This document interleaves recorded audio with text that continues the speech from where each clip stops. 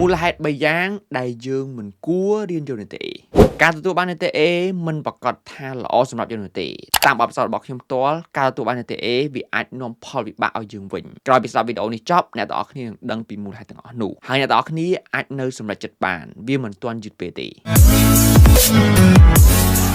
មូលហេតុទី1ឱកាសបើមានតែឱកាសមួយអ្នកទាំងអស់គ្នាមិនបាច់គិតច្រើនទេគឺគ្រាន់តែចាប់យកឱកាសនឹងមកគឺរួចជាការស្រេចប៉ុន្តែបើអ្នកទាំងអស់គ្នាមានឱកាសច្រើនលើសលប់ច្រើនពេកអញ្ចឹងវាធ្វើឲ្យអ្នកទាំងអស់គ្នាឈឺក្បាលវិលមុខមិនដឹងថាអ្នកទាំងអស់គ្នាត្រូវរើសមួយណាត្រូវយកមួយណាដែលល្អសម្រាប់អ្នកទាំងអស់គ្នានៅពេលដែលយើងទទួលបាននីតិ A ឱកាសដែលយើងទទួលបានមុនគេគឺជាឱកាសអាហារូបករណ៍មិនថាតែសាលាខ្មែរឬក៏សាលាភាសាបរទេសទេគឺគេផ្ដល់អាហារូបករណ៍ 100% គឺគេចង់បានយើងរៀនមិនបាច់អស់លុយលើពីនេះទៅទៀតឱកាសអាហារូបករណ៍ក្រៅប្រទេសក៏គេអាចផ្ដល់ឲ្យយើងដែរគឺយើងសិស្សនីតិ A យើងសិស្សបកែ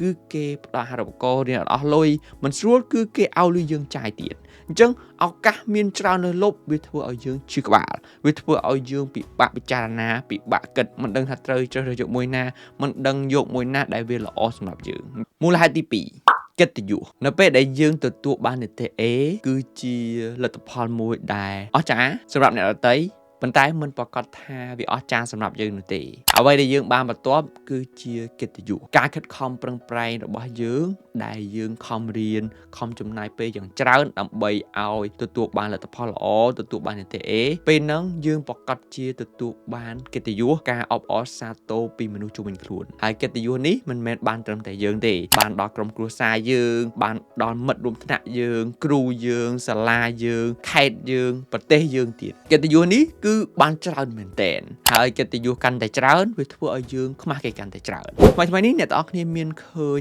អ្នកដែលទទួលបានសិស្សបកែប្រចាំប្រទេសអត់គ្រាន់តែរៀនបកែសោះគ្រាន់តែទទួលបាននីតិ A គ្រាន់តែទទួលបានជាចំណាត់ថ្នាក់លេខ1អ្នកដែលបកែជាងគេលើមនុស្សជារាប់ពាន់រាប់សែនអ្នកទៀតប៉ុណ្ណឹងគឺគេដាក់លើឡានគេជិះដង្ហែមនុស្សមកភូមិពីរភូមិគឺហែពេញនឹងគេថតបោះគឺពិតជាគួរឲ្យខ្មាស់គេមែនតើមូលហេតុទី3ភាពឆ្លាតវៃដើម្បីទទួលបាននីតិ A គឺយើងត្រូវរៀនច្រើនមែនតើគឺយើងរៀននៅសាលាយកចិត្តទុកដាក់ស្ដាប់គ្រូហើយនៅពេលដែលយើងមិនចេះយើងត្រូវទៅរកអ្នកសួរមិនថាសួរមិត្តភ័ក្តិសួរគ្រូសួរអ្នកណាក៏ដោយមើលអ៊ីនធឺណិតមើលវីដេអូមើលលំហាត់មើលចម្លើយរបស់គេគឺយើងត្រូវទៅសួរយើងត្រូវធ្វើការជាក្រុមយើងត្រូវធ្វើការម្នាក់ឯងយើងត្រូវបង្កើតទំនាក់ទំនងយើងត្រូវធ្វើការស្រាវជ្រាវទើបយើងទទួលបានអ្វីដែលយើងចង់បានទើបយើងចេះលំហាត់ថ្មីទើបយើងមានសមត្ថភាពដើម្បីទទួលបាននីតិ A ដែលយើងចង់បានហ្នឹងក្នុងដំណើរការនៃការខិតខំប្រឹងប្រែងរបស់អ្នកទាំងអស់គ្នាក្នុងការធ្វើរឿងទាំងអស់នេះអ្នកទាំងអស់គ្នាប្រ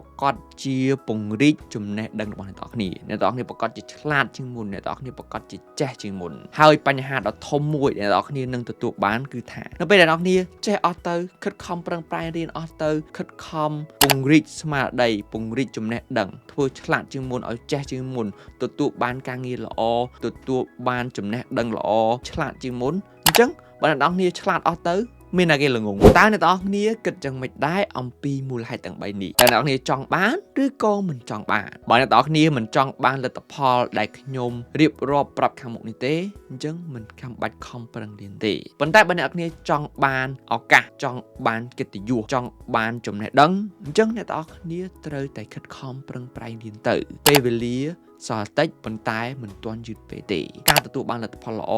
វាមិនងាយស្រួលនោះទេបើវាស្រួលគេធ្វើបានគ្រប់គ្នាហើយត្រូវចាំថាវាពិបាកប៉ុន្តែមិនមែនមានន័យថាយើងធ្វើមិនបានទេគេធ្វើបានយើងប្រកាសជាធ្វើបានដូចគ្នាត្រូវតែខិតខំប្រឹងប្រែងឲ្យអស់ពីសមត្ថភាពលទ្ធផលចេញមកយ៉ាងណាគឺយើងអាចទទួលយកបានព្រោះយើងបានខិតខំប្រឹងប្រែងឲ្យអស់ពីសមត្ថភាពហើយប្រកាសណាស់ថាអ្នកដែលមើលវីដេអូនេះហើយជាពិសេសគឺអ្នកដែលមើលវីដេអូបានតែមុនដំបូងប្រកាសជាឆ្ងល់ហើយថា